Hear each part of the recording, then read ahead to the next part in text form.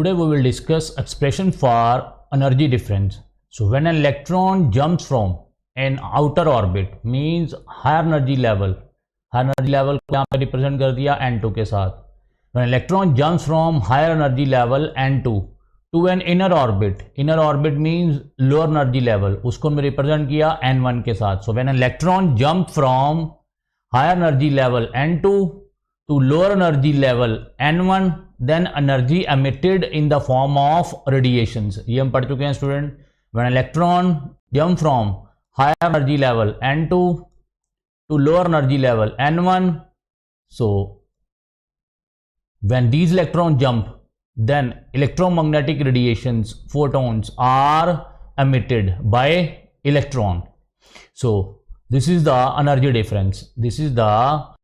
difference. Here energy, higher level energy En2, and at lower level energy of electron En1.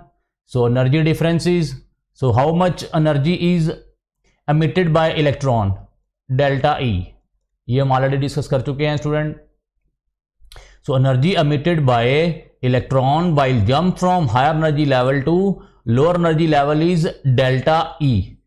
Delta E means energy at level N2, higher level, and energy at lower level N1. So this is the energy difference. And हम already ये discuss ये भी कर चुके हैं. Energy of electron in joule per atom is -2.18 into 10⁻⁻18 Z square over N square. ये negative को आता है, ये भी हम डिस्कस कर चुके हैं. And this is the formula for energy of electron in nth state for hydrogen like ions. अगर तो यहाँ पे Z आ गया मीन्स जो ये आयंस हैं वो कौन से हैं? Single electron ions. For example helium ions, helium singly charged, lithium doubly charged. इन सब में इलेक्ट्रॉन्स कितने हैं? 1 इलेक्ट्रॉन. और hydrogen also contain 1 electron. So this is the energy difference when electron jump from higher energy level N2 to lower energy level N1. So this is the energy at level N2, -2.18 into 10⁻⁻18 Z square over N2 square. ठीक है student. And this is the energy of electron at N1 level. N1 means lower energy level. -2.18 into 10⁻⁻18 Z square over N1 square. तो यहाँ से student 2.18 into 10⁻⁻18 Z square, ये क्या निकाल लेना है? ये कॉमन निकाल लो. ये कॉमन निकाल लिया. 2.18 इंटू 10⁻⁻18 Z स्क्वायर हमने यहाँ से क्या निकाल लिया? कॉमन. और स्टूडेंट ये माइनस माइनस आपका क्या हो गए? प्लस. तो ये आ गया 1/N1 स्क्वायर, और ये वाला माइनस ये रहा -1/N2 स्क्वायर. यूनिट्स का आ गए जूल पर एटम, क्योंकि ये जो एनर्जी थी E is equal to energy of electron at nth state. General formula क्या था? -2.18 into 10⁻⁻18 over N square Z square. इसके यूनिट्स क्या थे स्टूडेंट? Joule per atom. ठीक है स्टूडेंट. तो joule per atom is the unit. So this is the energy difference when electron jump from higher energy level N2 to lower energy level N1. Now अब units student आप change कर दो. ये भी मैं आप डिस्कस कर चुका हूँ. जूल पर एटम को रिप्लेस करो किलो जूल पर मोल में. तो ये वाली जो 2.18 10⁻⁻18 है स्टूडेंट, ये किस में कन्वर्ट हो जाती है? 1312 में. ठीक है स्टूडेंट. और अगर आपने इलेक्ट्रॉन वोल्ट पर एटम में निकालनी है तो यहाँ पे क्या आ जाएगा? 13.6. ठीक है student. So all these formulas in different units. So these are the formulas for energy difference in different units. So this is the energy difference when electron jump from higher energy level N2 to N1. 2.18 into 10⁻⁻18 Z square in bracket 1/N1 square -1/N2 square in joule per atom, and in kilojoule per mole energy difference is 1312 Z square 1/N1 square -1/N2 square. And in electron volt per atom energy difference is 13.6, Z square 1/n1 square minus 1/n2 square. ठीक है student, ये आपका minus minus plus हो गया, यहाँ पे ये 1/n1 square आ गया और ये वाला माइनस n2 स्केयर वाला ये रहा। ठीक है स्टूडेंट, ये हमने बाहर निकाल लिया था, 2.18 इंटू 10⁻⁻18 कॉमन निकाल लिया था, जेड स्केयर भी हमने कॉमन निकाल लिया था, ये माइनस माइनस प्लस हो गए, ये 1/n1 स्केयर आ गया और ये वाला माइनस 1/n2 स्केयर ये रहा। ठीक है student, so in different units this is the energy released by electron when electron jump from an outer orbit higher energy level to lower energy level. Next, अब student जो energy release कर रहे हैं electrons while jump from higher energy level to lower energy level, वो student किसकी form में release कर रहे हैं? In the form of electromagnetic radiations. अब इलेक्ट्रोमैग्नेटिक रेडिएशंस में एनर्जी डिफरेंस का फॉर्मूला क्या था student? Delta E is equal to H nu, और स्टूडेंट न्यू क्या आ गया यहाँ से? डेल्टा ई ओवर एच, ये आपका एच डाउनवर्ड चला गया, तो ये frequency of radiations emitted by electron, क्योंकि जो इलेक्ट्रॉन्स हैं वो एनर्जी इमिट कर रहे हैं in the form of electromagnetic radiations. अब इलेक्ट्रोमैग्नेटिक रेडिएशंस की क्या होती है student? Frequency and wavelength.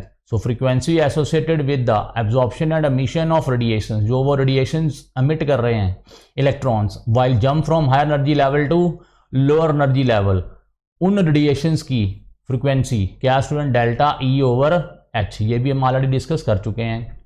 So corresponding wavelength, अब स्टूडेंट न्यू क्या था? सी ओवर लैम्डा, ये भी हम ऑलरेडी पढ़ चुके हैं। Frequency relation between frequency and wavelength of electromagnetic radiations, nu is equal to C over lambda.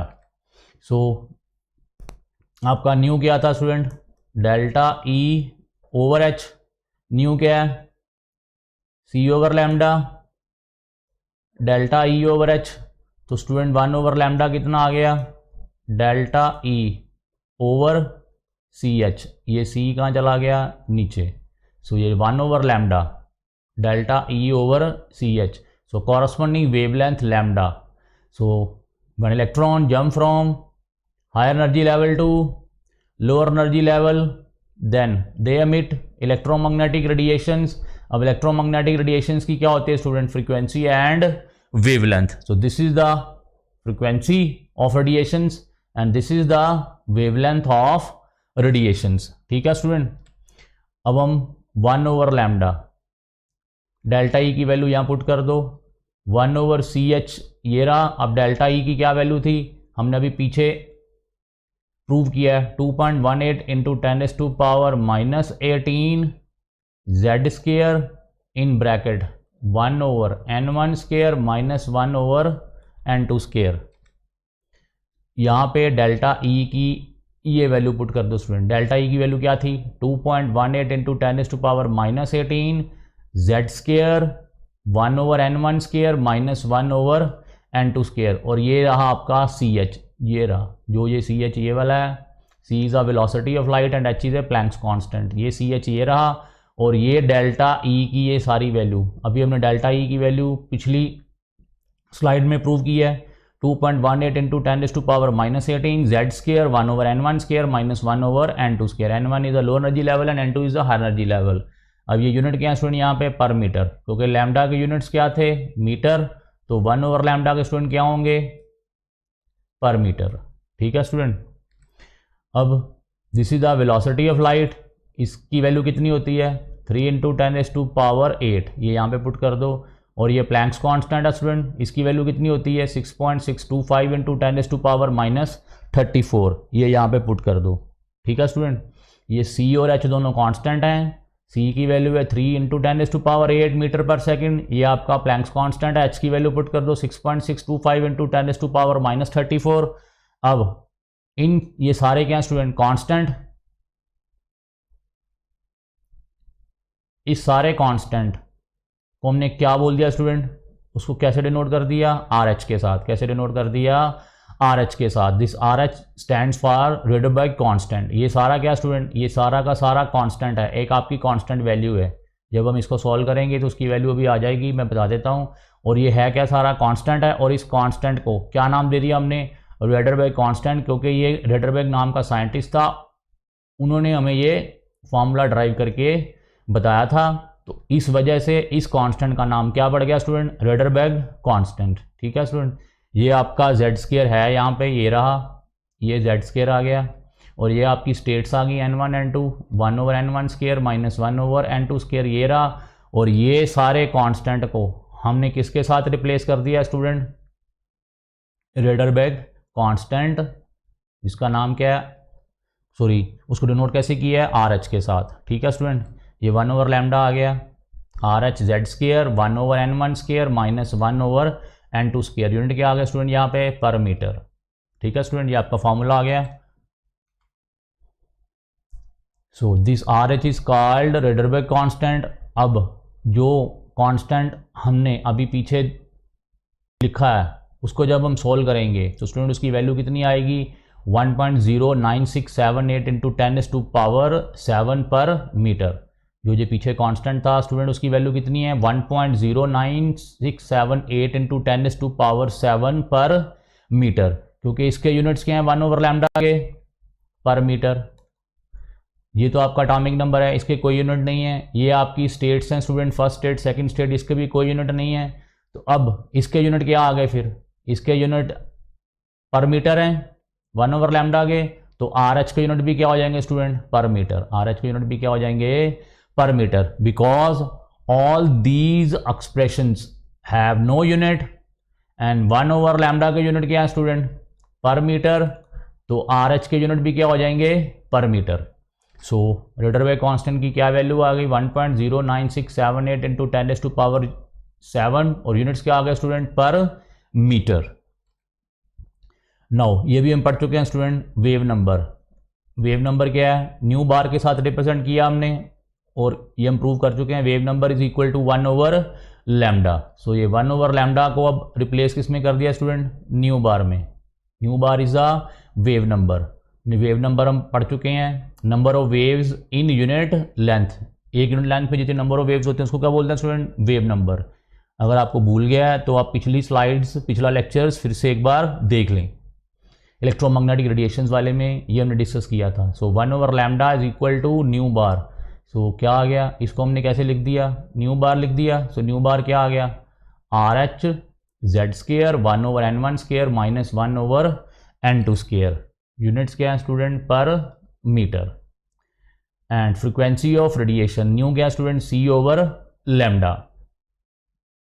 So c lambda की वैल्यू ये रही student, R H Z square 1/n1 square minus 1/n2 square. ठीक है student,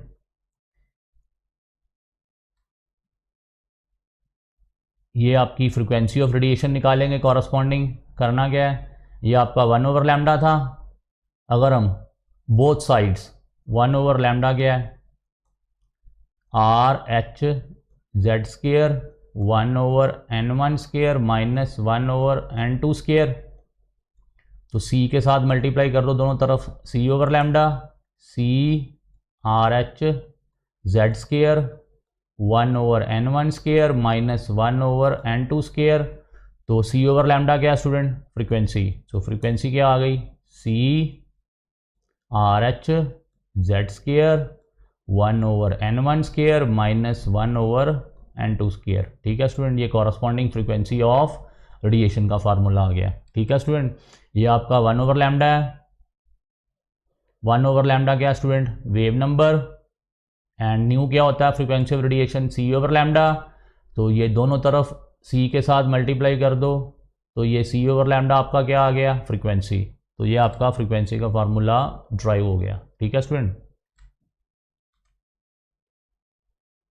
so next, quantization of energy of electron, mathematical treatment. Theory हम students की पढ़ चुके हैं quantization of energy of electron की, और अब ये क्या है, mathematical treatment. In the ground state no energy emission. Student जब इलेक्ट्रॉन ग्राउंड स्टेट पे है, मतलब ग्राउंड स्टेट का मतलब फर्स्ट एनर्जी लेवल पे है, जब वो फर्स्ट एनर्जी लेवल पे है तो कोई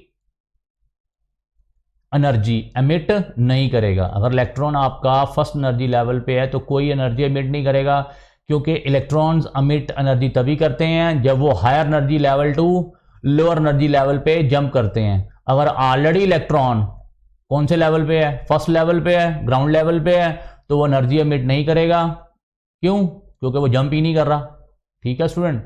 So when the electron is present in the ground state, then there is no emission of energy, because energy emit only when electron jump from higher energy level to lower energy level. And when the electron is at lower energy level, means ground state, then they does not emit energy. So in ground state of atom, energy is minimum. ये मैंने आपको कहा हुआ है, as the electron goes away from the nucleus, तो उनकी energy क्या होती है स्टूडेंट? बढ़ती है।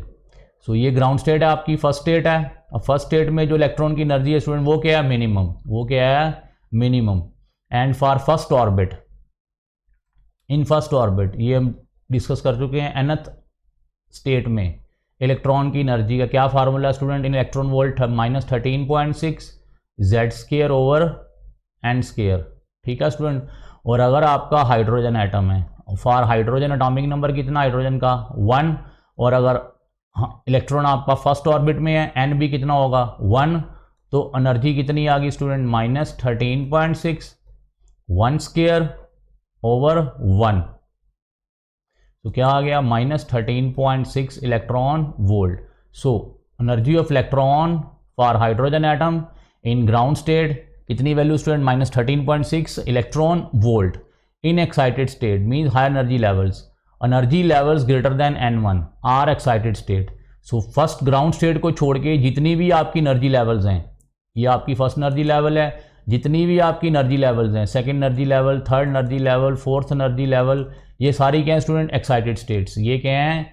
Excited states. They are called excited states. So for hydrogen atom n2 n3 n4 are excited states. ठीक है student. And for hydrogen atom first excitation state is second excited state. For example, this is the ground state and this is the second energy level and this is the first excited state for hydrogen. So for hydrogen first excited state is n2 second. ठीक है student. excitation potential, energy required to excite the electron from ground state to any excited state. Ground state से किसी भी excited state में electron को पहुंचाने के लिए जो एनर्जी चाहिए उसको क्या बोलते हैं student? Excitation potential. So energy required to excite the electron from ground state to any excited state, so that is called a excitation potential. अब फॉर एग्जांपल वो कह रहा है फर्स्ट एक्साइटेशन पोटेंशियल निकालो। सो हम फर्स्ट एक्साइटेशन पोटेंशियल निकालेंगे student. First excitation potential मैंने अभी कहा है आपको कि इलेक्ट्रॉन कहाँ पे है? ग्राउंड स्टेट पे है।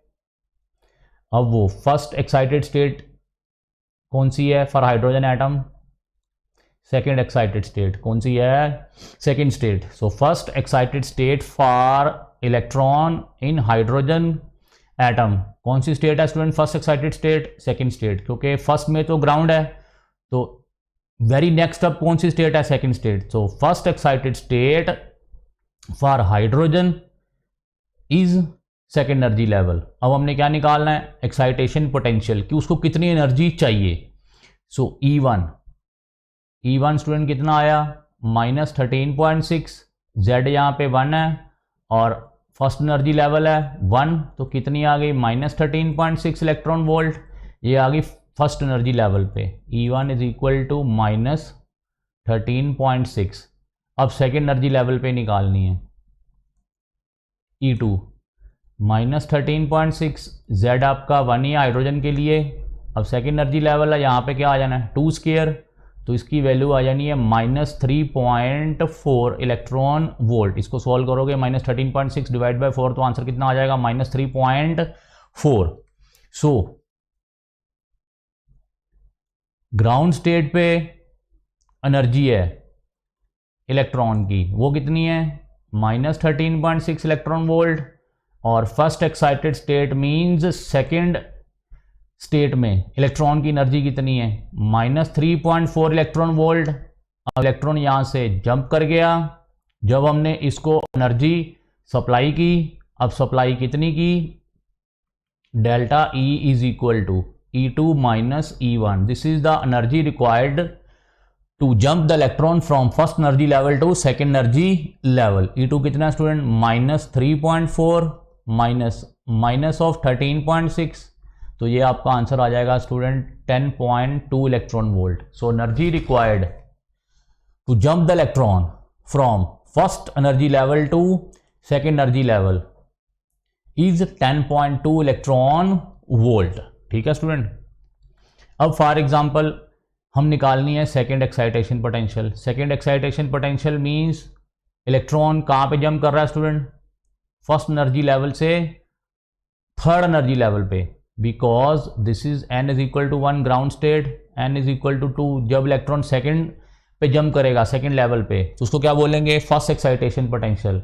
अब अगर वो थर्ड एनर्जी लेवल पे जंप कर गया है तो जो एनर्जी चाहिए उसको क्या बोलेंगे student, second excitation potential. This one is the first excitation potential when electron jump from first energy level to second energy level, and when the electron jump from first ground state to third energy level तो उसको क्या बोलेंगे, second excitation potential. ठीक है student. अब यहाँ पे second excitation potential क्या आएगी, E3 माइनस E1।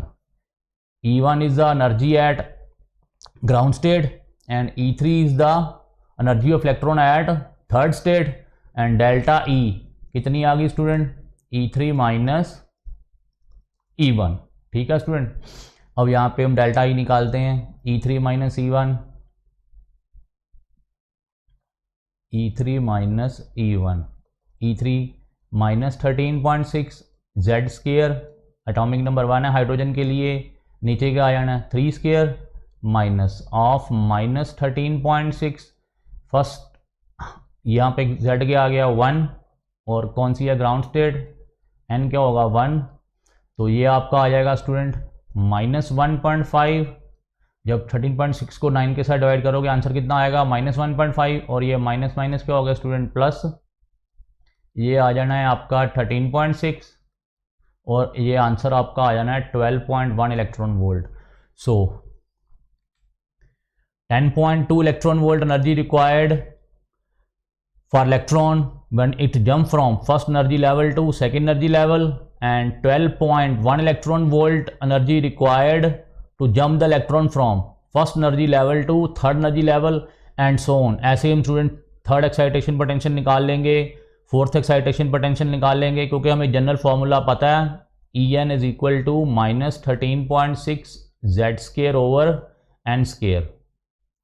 जो भी आपकी स्टेट हो, अगर फॉर एग्जांपल आपने fourth energy level to third energy level पे निकालनी है, ठीक है स्टूडेंट, इलेक्ट्रॉन जंप कर रहा है थर्ड टू फोर्थ, तो E4 यहाँ पे स्टूडेंट n की वैल्यू 4 पुट कर दो और यहाँ पे n की वैल्यू 3 पुट कर दो, तो आपका आंसर आ जाएगा। जो भी एटम होगा उसका एटॉमिक नंबर यहाँ पुट कर दो। तो आप ऐसे किसी भी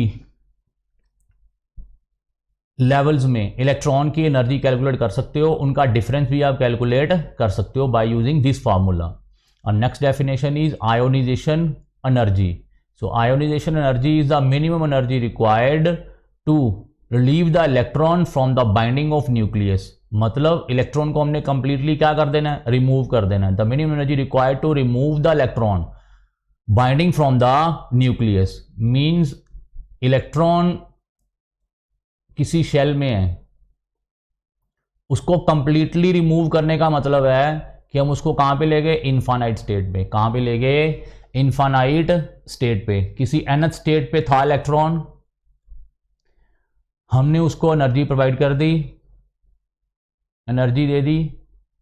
अगर एनर्जी दी और अगर इलेक्ट्रॉन आपका इनफाइनाइट स्टेट पे चला गया, मतलब न्यूक्लियस से बहुत दूर चला गया, मतलब वो इलेक्ट्रॉन क्या हो गया, फ्री हो गया। ये इलेक्ट्रॉन फ्री हो गया है। व्हेन इलेक्ट्रॉन मूव फ्रॉम कहां से, एनी nth स्टेट से कहां पे चला गया, इनफाइनाइट स्टेट पे। जो एनर्जी हमने सप्लाई की है उसको बोलते हैं आयोनाइजेशन एनर्जी। क्या बोलते हैं, ionization energy. So ionization energy is the energy required to remove the electron completely from the nucleus.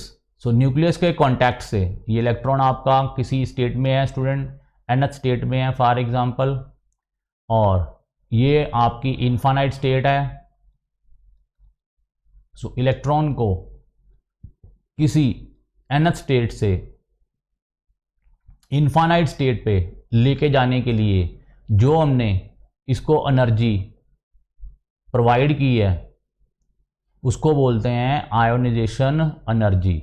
मतलब इलेक्ट्रॉन को कंप्लीटली न्यूक्लियस के कॉन्टैक्ट से बिल्कुल क्या कर देना, दूर कर देना।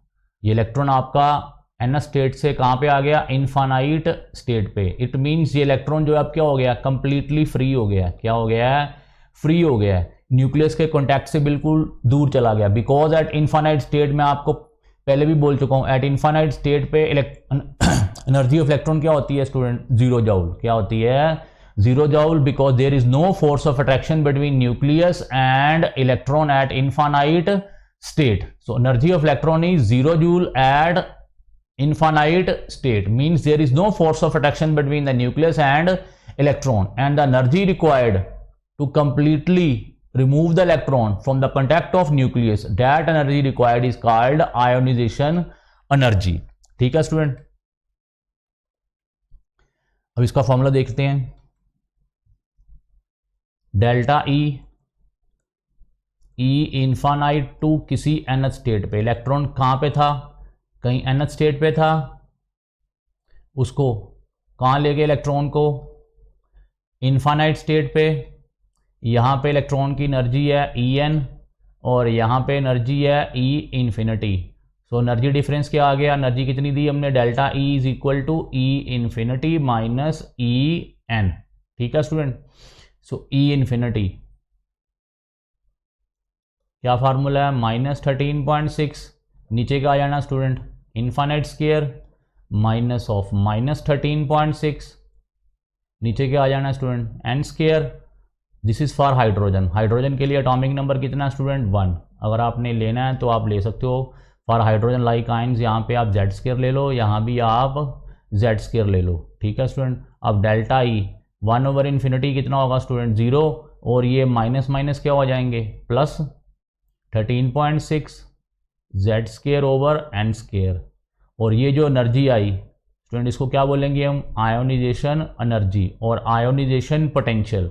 कितना आंसर आ गया, +13.6 z square over n square. So this energy is required for electron to completely remove from the contact of nucleus. +13.6 z square over n square. Units क्या है स्टूडेंट इसके, इलेक्ट्रॉन वोल्ट। क्या यूनिट्स हैं, electron volt. ठीक है student, so this is the ionization energy, +13.6 z square over n square electron volt।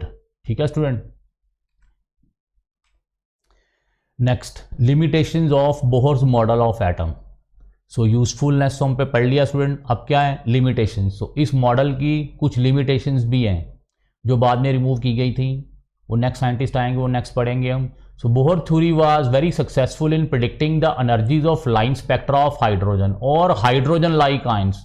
Bohr ने सिर्फ जो स्टडी किया था स्टूडेंट, वो क्या स्टडी किया था, हाइड्रोजन और हाइड्रोजन लाइक आयंस का स्पेक्ट्रा स्टडी किया था।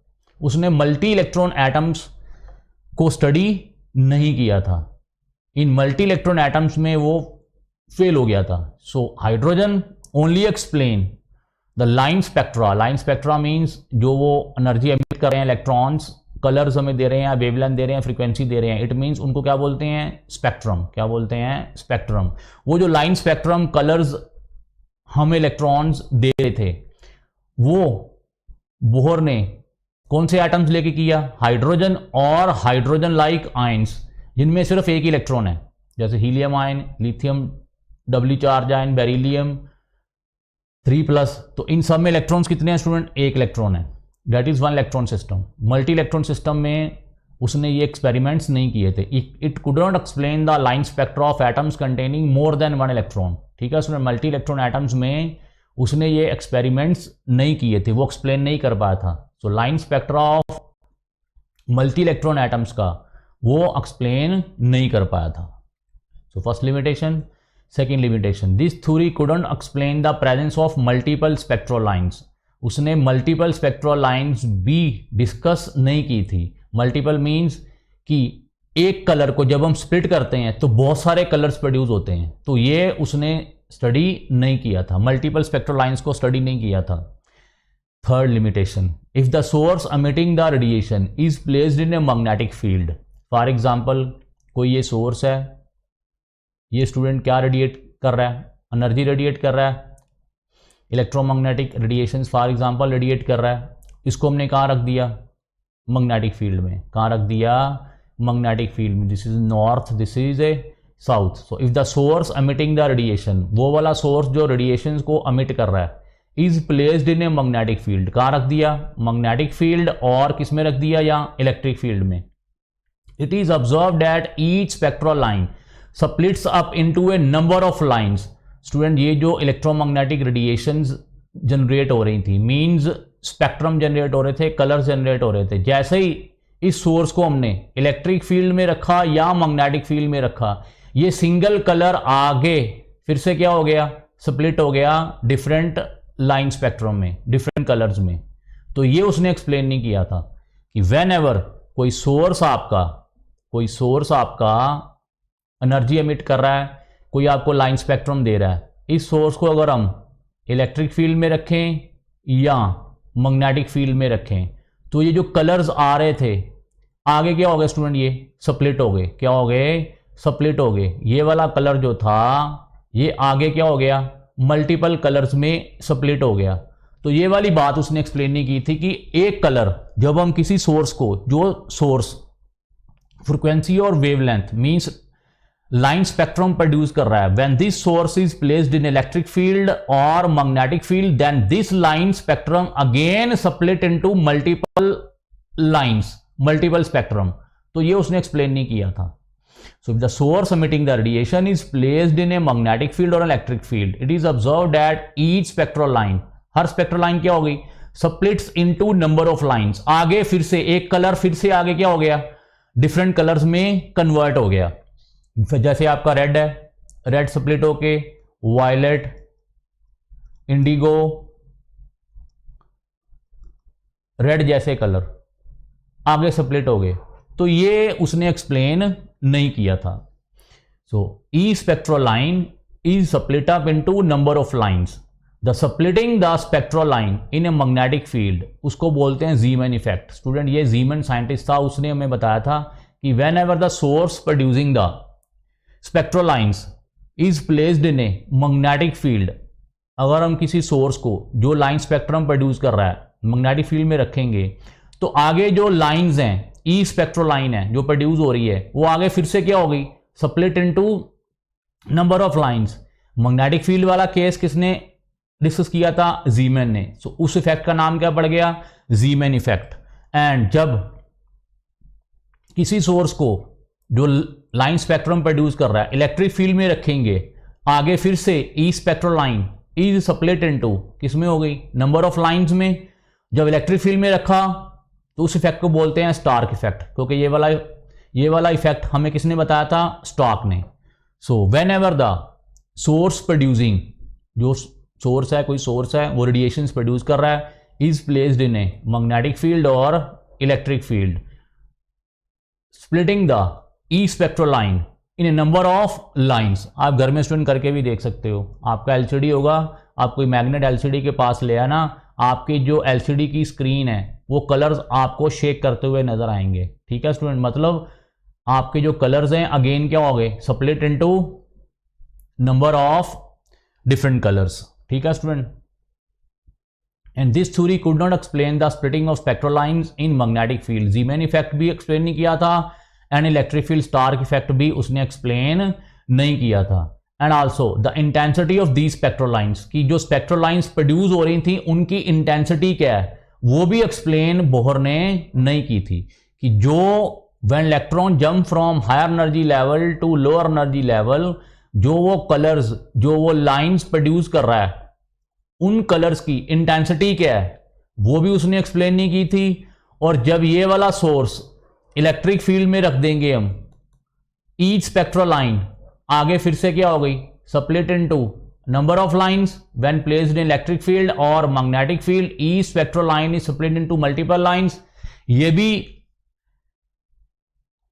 बोहर ने एक्सप्लेन नहीं किया था, ठीक है student. जीमन effect when the source producing the radiation is placed in a magnetic field, the each spectral line is split into number of lines, that is called Zeeman effect. And Stark effect, when source producing the radiations is placed in a electric field and each spectral line is split into number of lines, उसको क्या बोलते हैं, Stark effect. And also Bohr does not explain the intensity of these spectral lines. ठीक है student, these are the limitations. Inability to explain the three-dimensional model of atom. Student, जो atom का model है वो क्या है, थ्री डायमेंशनल है. तो वो बोहर ने एक्सप्लेन नहीं किया था. बोहर ने सिर्फ टू डायमेंशनल मॉडल एक्सप्लेन किया था. बोहर ने कहा था इन न्यूक्लियस है और उसके सराउंड क्या है, ऑर्बिट्स है. तो ये क्या आ गया, टू डायमेंशनल. ये क्या आ गया, two dimensional. So Bohr unable to explain the three dimensional model of atom.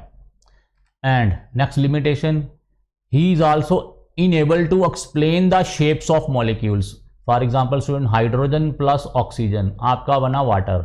अब वाटर की शेप क्या आई, इस मॉलिक्यूल की शेप क्या आई, ये भी बोहर ने एक्सप्लेन नहीं की थी. Inability to explain the shapes of molecules.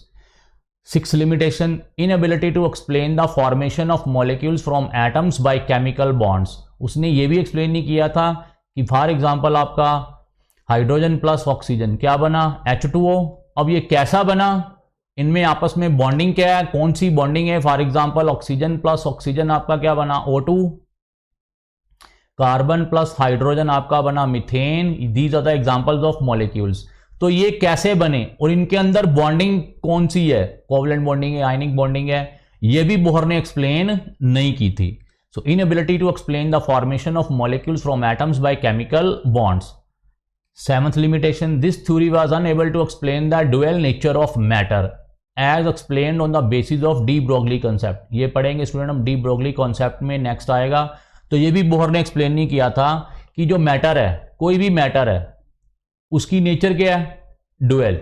दो नेचर है स्टूडेंट उसकी, ठीक है. वो कौन सी नेचर है वो नेक्स्ट पढ़ेंगे. एक है वेव नेचर और दूसरी है पार्टिकल नेचर. ये डुअल करैक्टर किसी भी मैटर का बोहर ने एक्सप्लेन नहीं किया था कि कोई भी मैटर है उसकी जो नेचर है वो क्या है, डुअल नेचर है. डुअल नेचर मींस कोई भी मैटर है वो वेव्स भी प्रोड्यूस कर रहा है और पार्टिकल नेचर मींस उसका मास भी है. इसका मतलब जितने भी बॉडीज हैं जिनमें मास है वो वेव्स प्रोड्यूस कर रहे हैं. स्टूडेंट हम भी हैं, हम भी अगर चल रहे हैं, बैठ रहे हैं, तो हम भी क्या प्रोड्यूस कर रहे हैं, वेव्स प्रोड्यूस कर रहे हैं. So every matter in a universe has two character, wave character, waves produce कर रहे हैं, हम भी वेव्स प्रोड्यूस कर रहे हैं student. And particle character means उनका मास भी है. तो ये साइमल्टेनियसली बोहर ने एक्सप्लेन नहीं किए थे, ये डी ब्रोगली ने एक्सप्लेन किए थे. ये हम पढ़ेंगे नेक्स्ट लेक्चर्स में. Eighth limitation, this theory couldn't explain Heisenberg uncertainty principal. Student ये भी हम नेक्स्ट लेक्चर्स में पढ़ेंगे. What is Heisenberg uncertainty principal. यहां पे आप ये याद कर लो कि ये वाली जो प्रिंसिपल था हाइजेनबर्ग अनसर्टेनिटी प्रिंसिपल, ये बोहर ने एक्सप्लेन नहीं किया था. हाइजेनबर्ग अनसर्टेनिटी प्रिंसिपल है कि हम किसी इलेक्ट्रॉन की position plus velocity simultaneously find out नहीं कर सकते. ये हाइजेनबर्ग अनसर्टेनिटी प्रिंसिपल था कि किसी भी इलेक्ट्रॉन की position and velocity simultaneously. Velocity means momentum. We can not calculate the exact position and momentum of electron simultaneously. ये भी बोहर ने एक्सप्लेन नहीं किया था. ये हाइजेनबर्ग अनसर्टेनिटी प्रिंसिपल है स्टूडेंट. ये हम नेक्स्ट लेक्चर में पढ़ेंगे. क्या था, the exact position and momentum of electron does not calculate simultaneously, this is the Heisenberg uncertainty principle, और ये बोहर ने एक्सप्लेन नहीं किया था। ठीक है स्टूडेंट, ये आप लिख लो अपनी कॉपी में, बाकी एक्सप्लेन हम इसको नेक्स्ट लेक्चर्स में करेंगे। सो नेक्स्ट आपका आ गया एटॉमिक स्पेक्ट्रम, ये स्टूडेंट हम नेक्स्ट लेक्चर में डिस्कस करेंगे।